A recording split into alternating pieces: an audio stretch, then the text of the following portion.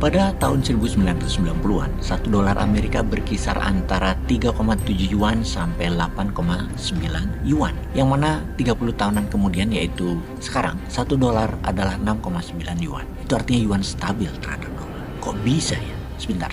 Kita perbanyak data dulu. Ketika tahun 1998 saya mengadakan perjalanan bisnis ke Tiongkok, maka mata uang renminbi kalau mau beli ke dolar mahal 2 kali lipat kalau pakai yuan. Saya ketika itu hadir di kota Tianjin, mendekati angka 14 renminbi setiap dolarnya. Sementara waktu saya datang tukar dolar ke renminbi, harga 1 dolar adalah 8,5 renminbi. Ketika hendak pulang, ya terpaksa renminbinya ditukar. Karena di Singapura atau di Amerika, yuannya nggak laku. Mending beli dolar walau mahal di Tianjin. Ketika tahun 2018 saya kembali mengunjungi Tianjin, mitra bisnis saya, Tianjin China Chemical atau TCC, sudah menjadi holding yang luar biasa besarnya sekarang. Ketika menukar dolar, waktu masuk ke sana dan ketika waktu pulang, 1 dolar hampir sama nilainya, alias tidak jomplang seperti 20 tahun yang lalu. Komentar mitra bisnis saya, Tiongkok 30 tahun yang lalu beda dengan 5 tahun terakhir. Dulu kami double standard currency, sekarang sudah menyatu lagi. Dan tanpa dijelaskan lebih jauh pun, saya sudah sangat paham akan hal itu. Bagi kami bermitra dengan TCC adalah mitra lama, hampir 20 tahun. Mereka membeli beberapa produk sederhana dari pabrik rumahan kami di daerah Pasuruan. Kerajinan rumahan berupa perunggu dan tembaga.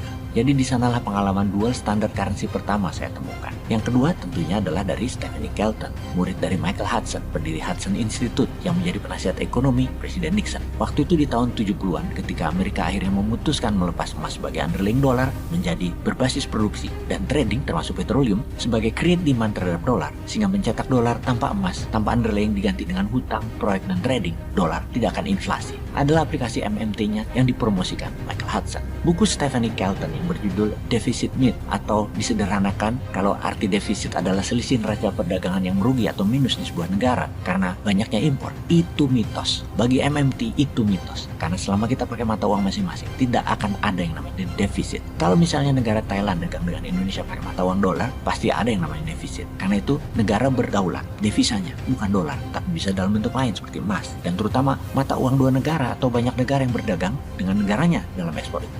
Namun sekali lagi, itu semua ada dalam masa berpikir sekolah. Ilmu kampus kata defisit itu kan sangat disayangkan. Sudah sekolah jauh-jauh, sekolah tinggi-tinggi, lalu dibilang ilmunya nggak aplikatif kalau di dunia nyata. Kan sakit hati jadinya sama MMT. Kita balik ke mata uang rupiah kita. Kita ingin rupiah kita seperti renminbi selama 35 tahun stabil terhadap mata uang kuat dunia. Rupiah di tahun 70-an, 1 dolar Amerika adalah sekitar 300-an rupiah. Kemudian di tahun 80-an sekitar 600-an rupiah. Di tahun 1985 sekitar 1.100 rupiah. Di tahun 95 sekitar 2.300-an dan di tahun 2000 9.700. Sekarang 2023 sekitar 15.500-an. Dari tahun 1985 ke 2023 adalah dari 1.100 rupiah ke 15 ribuan rupiah. Melemah terhadap dolar rupiahnya. Itu artinya rupiah melemah 15 kali atau 1.500%. Padahal menterinya sekolah di Amerika semua tuh. Kalau nggak diganti MMT, jangan-jangan di tahun 2024-2029 bisa jadi rupiah ke 20 ribuan 1 dolarnya ya. Dan masih dibilang benar gitu ilmu kampusnya. Kalau benar ya rupiahnya balik ke 5 ribu kayak gitu atau ke 10 ribu deh terhadap dolar. Benar nggak gitu? Jadi mana strategi ke depannya yang pakai ilmu kampus yang tinggi-tinggi itu ke depannya? Sekali lagi, masa masih mau pakai yang itu lagi sih? Ya kalau gue mah kapok.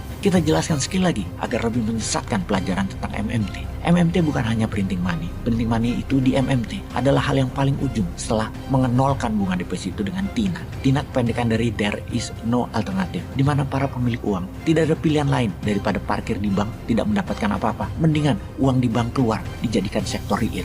Sebelum TINA diterapkan, pengiriman uang ke luar negeri bukan untuk transaksi pembelian barang, maka akan dikenakan pasal flight capital yang bisa dipidanakan. Diperkirakan ada uang sejumlah 5.000 triliun rupiah yang pasif di bank-bank nasional akan diaktifkan ke sektor real dan berputar ekonomi secara alami di Indonesia. Kemudian menggunakan SWF atau Sovereign Wealth Fund. Mirip seperti apa yang dikerjakan Saudi Aramco, memforward oil dan gas mereka senilai 10 triliun dolar, sebagian dicairkan sekarang, dimajukan, di-forward ke sekarang senilai 3 triliun dolar. Dan dengan uang tersebut bisa menjadikan uang muka dari proyek membangun Indonesia. Kalau Saudi ya, membangun Saudi ke depannya. Yang semuanya akan jadi sektor produktif yang menghasilkan return yang baik. Salah satunya adalah dunia properti di Indonesia. Misalnya nih ya, misal, ini nikel kita tidak jadi komoditi, tidak digali dan dijual seperti ala pelajaran kampus yang dilakukan sekarang, namun dijadikan program MMT. Maka nilai nikel yang 3 triliun dolar semuanya akan di-forward, diambil 1 triliun dolar ke sekarang atau 1000 billion dolar ke sekarang yang merupakan 5 kali nilai APBN. Bisa diambil sekarang dan 1000 billion tadi adalah uang muka. Proyek 5 macam kali IKN-nya juga bisa dibangun bersamaan. Plus seluruh infrastruktur penunjangnya seperti jalanan dan jaringan kereta api. Dan dipastikan sekali lagi, itu tanpa hutang, tanpa ilmunya kampus. Itu ilmu MMT. Sayang strategi ilmu kampus hanya menghasilkan uang dari pajak di sisi lain dengan strategi nikel tadi, yaitu hanya senilai 40 triliun setahunnya. Dan 20 tahun lagi habis nikel. Ya namanya juga beda mazhab ya alirannya ya. Kita nggak sekolah ekonomi sih ilmunya. Ilmu kita cuma modal akal sehat doang. Lalu pastinya kita akan menciptakan proyek Grand Design Ekonomi 22 tahun ke depan dan membuat minimum 12 lapis level cost accountingnya dalam setiap produksi yang dihasilkan. Tujuan 12 level cost accounting adalah untuk create supply dan create demand. Kira-kira begitulah gambaran singkatnya. Cukup kan? Peace.